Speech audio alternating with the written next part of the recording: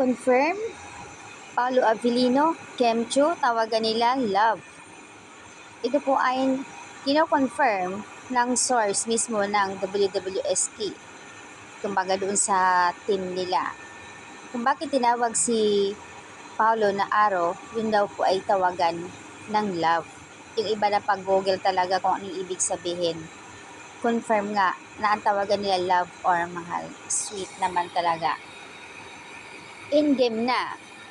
Kaya daw kahapon ay advance celebration ni Paolo Avellino kay Kim and also Miss Garlic.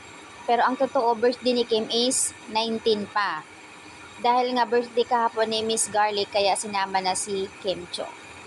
Ayan, nagpa-blow out na naman si Paolo kahapon para sa kanyang love. At syempre, nag-date daw ang dalawa.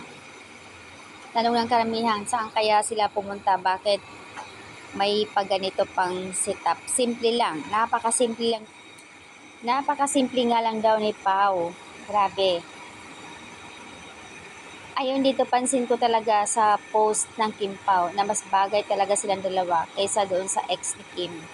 Fan supporters and followers ako ng Kemsi since Beyond the Girl 2011, pero napapansin ko at na-realize ko talaga na ginamit lang pala si Kim ni Sian. Kaya at isa pa ang tawag nila kay Paolo Avellino, Milan Boy, dahil nagsimula ang lahat doon sa Milan kung saan nandoon ang ASAP.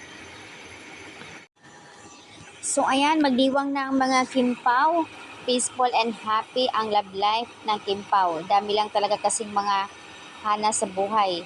Napilit nilang dinadown si Kim at nirerito nila kay attorney. Kaya hindi nagpapatinag ang dalawa. Sa halip, pinapakita ng Kim Pao kahapon gaano sila kahimlay, kasweet para sa mga funny. At sa ibang mga hindi totoong Kim Pao fans, ayan, nagpapakita na kahapon ng sweet moments ang dalawa.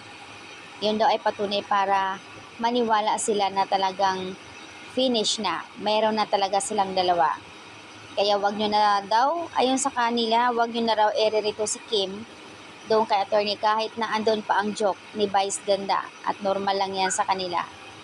Dapat andun yung loyal natin para sa kanila. All the way support tayo mga Kim Pao fans.